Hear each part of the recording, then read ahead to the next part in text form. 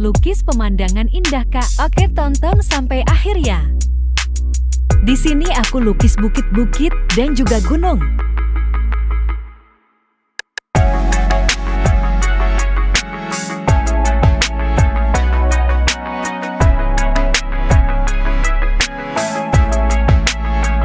Kasih pohon-pohon biar makin cakep.